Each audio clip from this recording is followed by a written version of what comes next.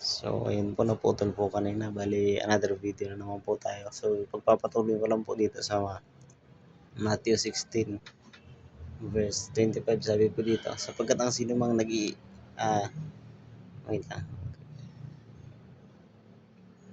Matthew 25, verse 21. 16:24. Sabi po dito, nang magkagayo sinabi ni Jesus sa kanyang mga alagad, kung ang sino mang tao'y ibig sumunod sa akin, ay tumanggi sa kanyang sarili at pasanin ang kanyang krus at sumunod sa akin. So, yun po ang pagkakasabi dito na po. So, tumanggi sa kanyang sarili. So, marami kasi tayong mga gustuhan, marami tayong ninanais na hindi naman kalooban ng Panginoon. Halimbawa ko na po dito, for example ko na lang po is about po dun sa alak, sa sigarilyo, sa babae na kung saan is yung ginagawa natin na hindi maganda o hindi naayon sa kalooban ng Panginoon. So, yun nga po, sa babae. So, babae o malalaki. So, tingin ko naman parehas lang naman yun. Lalo na kung halimbawa, may katipan ka na, may jowa ka na. Okay, mas malala pag may asawa ka na tapos magkakaroon ka pa ng ibang mga boyfriend or girlfriend. So, yun po, ano po.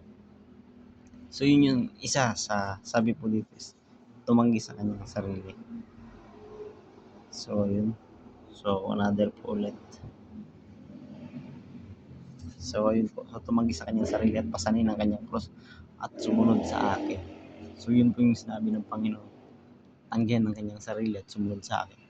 So, bali yung pagsunod sa Panginoon is hindi na yung sarili mong masusunod, kundi yung kagustuhan na ng Panginoon. So, kung gusto ng Panginoon na pumunta ka sa isang lugar na ito at ipangaral mo ang aking salita, so pupunta tayo. Dahil yun yung gusto ng Panginoon sa ating buhay. Sabi ko dito, tumanggi sa kanyang sarili. So, mga gusto mo, yung mga kagustuhan mo, mga pangarap mo, mga plano mo sa buhay na para sa pamilya mo, para sa kinabukasan ng pamilya mo. Dahil marami kasi tayong plano na minsan hindi kalooban ng Panginoon, hindi plano ng Panginoon. So, kaya sabi dito, tumanggi sa kanyang sarili, pasanin ang kanyang cross at sumunod sa akin. So, ganun po yung pagtitiwala sa Panginoon is yung buong pagkatao mo, buong buhay mo. So, ibibigay mo sa Panginoon, ganun po katindi. Yung bigat ng word na ito, tumanggi sa kanyang sarili at sumunod sa akin. So, yun po.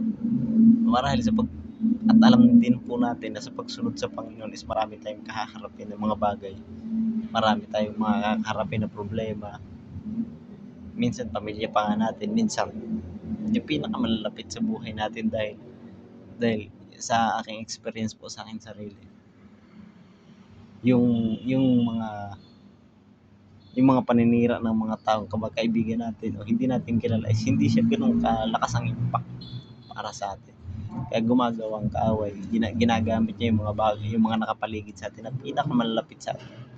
Asawa, anak, minsan mga kapatid, yun yung ginagawa ng kaaway para tayo is bumagsak. Dahil yun yung pinakamasakit sa atin eh. Yung pamilya natin yung magsasabi sa atin ng hindi maganda. Yung kalooban ng Panginoon is kukontray nila. Yun yung pinakamasakit para sa akin. So, yun lang po muna dahil napupuno na aking cellphone dahil kulang sa mababa lang yung internal storage na aking cellphone. Kaya purihin po ang Panginoon, nawa patuloy tayong magtiwala sa Panginoon. Ang Diyos ang patuloy na masunod sa ating buhay. So, God bless po sa inyong lahat. Pagpalain kayo ng Panginoon. Maraming salamat sa panonood. At ayun, hindi ko alam kung kailan ulit makagawa ng ganitong video o kung loobin ng Panginoon ulit. So, maraming po salamat. God bless. Brother and sister in Christ. So, I love you po sa inyo lahat. Patuloy tayong manampalataya sa Panginoon, magtiwala. Ayun po, salamat.